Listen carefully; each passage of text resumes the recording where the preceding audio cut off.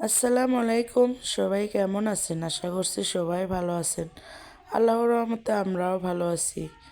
আর এই যে দেখেন মাটির চুলায় হাঁসের মাংস রান্না হচ্ছে, আর এটা আমরা চলে আসছি আমার বড় আপুর বাসায়।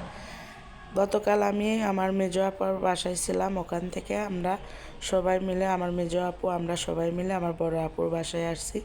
এসে দেখি আপু সব রান্নাবান্না প্রায় শেষ হয়ে গেছে।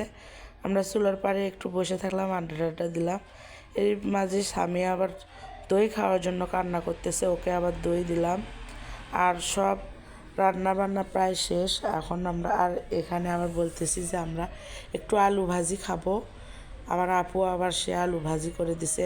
এরকম করে এমনিতে খেতেও ভালো লাগে, ভাতের সঙ্গে খেলেও ভালো লাগে। আর সব শেষে সবগুলো একবার করে দেখে দেই। এটা ছিল পোড়াদাও মেলা থেকে বড় মাছ আনা, একটু করলা আলু ভাজি আর সঙ্গে হাঁসের মাংস তো আছে, আর সাদা ভাত। আজকে এই পর্যন্তই। আসসালাম।